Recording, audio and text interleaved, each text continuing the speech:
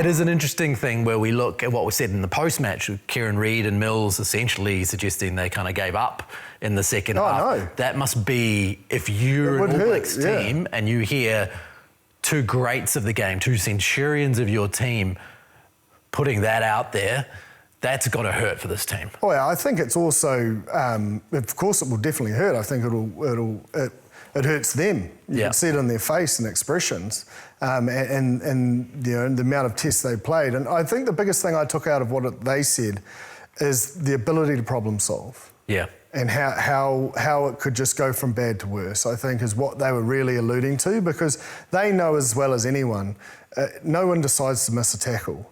But there's so many factors that happen before it that lead to it. And, you know, the set-piece frustration is one. And then you start trying to over-try in other areas. And then two is, like, sometimes we've got to just credit the opposition. Like, the Springboks were really strong. They were just on fire. Like, sometimes momentum in sport, hate to bring it up, but you just got to look at the NRL and see how momentum in the Broncos-Raiders game changes. Like, you just can't stop it sometimes, and it's not an excuse, and they won't be making excuses. They'll know they need to sort out their set piece, and they'll know they need to sort out the one-on-one collision area. But I just don't think we can say someone gave up.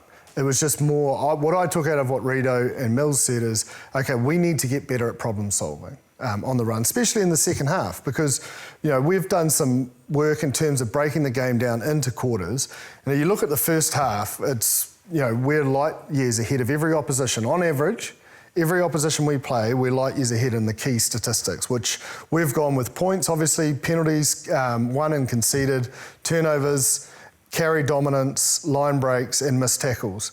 But when you go to be fair, this is for just the Rugby Championship this year, and we will probably look to expand it to get a clearer picture. But if we look at the Rugby Championship this year, in the third quarter, we're definitely behind in points in both the third quarter and the fourth, which obviously the weekend sort of does skew these results, so we've got to take it in context. But where I noticed the biggest thing is in dominant carries. In the third quarter, we're 16 behind the opposition in terms of this. So that third quarter, what that looks at is we're giving away a lot of penalties, which allows opposition into your half, and then they're just, you know, almost setting up camp from those compounding areas of penalties.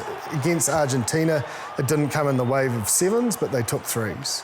And this week it came in the waves of sevens. And if you can't, like, slow that ball down, or you can't win or disrupt set piece, it just shows how quick a game can be taken away from you. And I think coming out of the break, being able to start as they did, because I think when you look at last year, they put that focus on that fourth quarter and the bench and the timing of reserves, and things started to trend in the right direction. I think they finished with a plus of 1.36 in terms of that plus and minus stat on average in the fourth quarter of last year. They were just plus in the third last year, but severely due to the game on the weekend, to be fair, that is hampering the results. They're in the minus category. So I think it's a big focus. That's when your problem solving is, because teams go into half time, the coaches of the opposition go, look, there's opportunities here, and teams seem to be really almost slingshotting out of half time into that first 20-minute break. It was the same, obviously, against the French as well. So I suppose that begs the question about the thought process in that second half and what they're doing in order to identify the areas in the opposition. I mean, there are a lot of very established players in there, hundreds of test matches for Beauden Barrett. You know, Damien McKenzie's been around a long time, Scott Barrett, Ardie Savia. Those guys have played a lot of rugby. They have, yeah. But, and I know heaps of people have emailed in and gone, oh, get James to read out the stats about the forward pack. Well, they were averages. Yeah. So the stats will still be the same because it's one game. Yeah. So you can't throw the baby out with the bathwater. Like, it really is as simple as, like, rugby's not complicated. And when you start trying to overcomplicate it and find, like, massive big rocks to fix, it's not there. And I look forward to Chaz's discussion, because scrums are a fine margin, lineouts are a fine margin. Yes, it was, you know, consistent throughout the 80 minutes that we hadn't seen, But we know if they can get those sorted, they are still trending in an upward direction. Now, to answer your question around, like, I think we could have made a change earlier. South Africa were running everything in exit. So you're so used to the box kick. So we're set in the backfield with the box kick, but they ran 80% of the exits. They had no failures. They kicked 20%. That is a high amount of running. Now, this is just the way I remember it, and I keep using him as an example, but Wayne Smith, just the concept of, okay, guys, we're going to paint the picture, we're protecting the backfield, but late we're going to press up. And then you're putting the pressure back on. So that there is ability to problem solve. It's a little bit risky, but like it's not working staying back. Like they were getting into our territory quite easy, but also them running out creates opportunity. If we can press and put them under trouble in a wide breakdown, then we're starting to put pressure back onto them. And as we saw, if you don't let them play on their terms in Eden Park, you do get errors and you get results. Going back to the ability to get over the gain line, etc., Patrick Tuipulotu, Asafo Aumua, the fact that Cody Taylor wasn't there, so Taukiaho wasn't coming on in the second half. The bench lacks some of the impetus that it probably had at the back end of last year with some of those guys who were doing such a good job of smashing opposition bodies. Yeah, I think Off is another one. He is a big piece that was coming off the bench towards the end. But rather than making it about, I suppose, certain structures or individuals, what I would look at is the methodology of selection, and we had 3 locks. Now, 3 locks gives you more weight at scrum time and extra line-out options to put pressure under. We went away from that, and it's not about who's at 6. Like, I think Simon Parker did a fantastic, outstanding job. But it does take away that ability to pressure at set piece time. So if you look at, I suppose, a risk analysis or risk versus reward, there may be a look when next facing an opposition like the Springboks or the Springboks, that the 3 locks may really suit the way they play and suit the style that they need to get on the front foot is one thing. But I think it's really critical you don't go, this happened against the Springboks, so we must do it against Australia because it's a different team. Totally different forward pack, totally different style of play. So I just, I know people will be like, there must be changes and rah, rah, rah.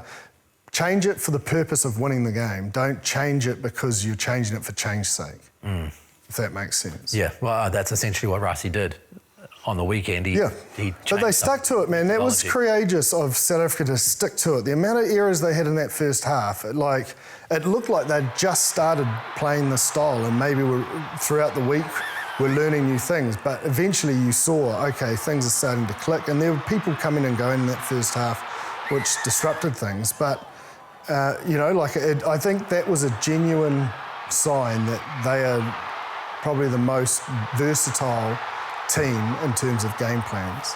They've got a deep squad. And it just shows you as well, because everyone's like, if they name things early and it gives you time.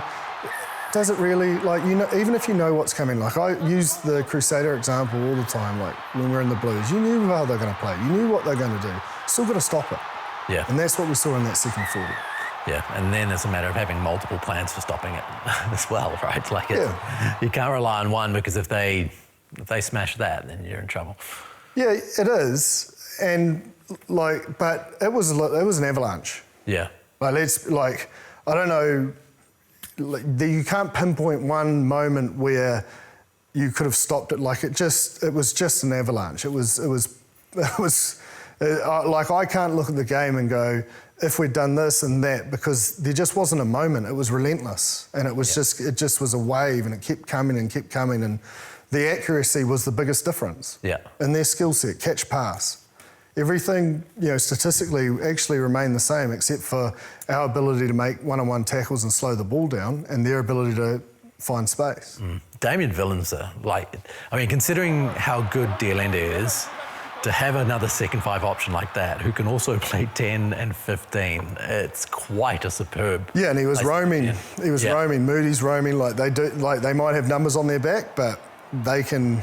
It's almost I keep bringing up NRL, but it's the Cameron Munster Maverick style backline, and that's really hard to preview, adjust to, Because half the time, and it's one of Damien McKenzie's biggest weapon from our point of view, is they don't even know what they're doing. They don't even know what they're going to do. And that's the most dangerous, because the old adage of the defence will give you the picture of what you should do. Yeah. They are very good at exposing that. It took them 40 minutes to warm into it, but then they're away. Oh, and you can do that if you've got some dominance in those other areas, right? Like then, otherwise, like if you look at Damien, if that's not happening, he's got to try to make something. It's not like he's looking for the hole as opposed to seeing the hole, if you see what I mean. No, and you've got to understand in defensive structures, when your scrum's struggling and they're scrumming for penalties, okay, well, you don't want to give away the penalty, but you can't get off early. So then the defence in the backs has to tighten, and that's why there's, like, do you know what I mean? Like it all comes back, everyone says, up the front, Parsons, and, it's numbers 1 to 5, but it is. Like if that platform's not set, you just can't release early enough. And as I always say, like if there's any hesitation or you can't win that race, it's just you're chasing your tail.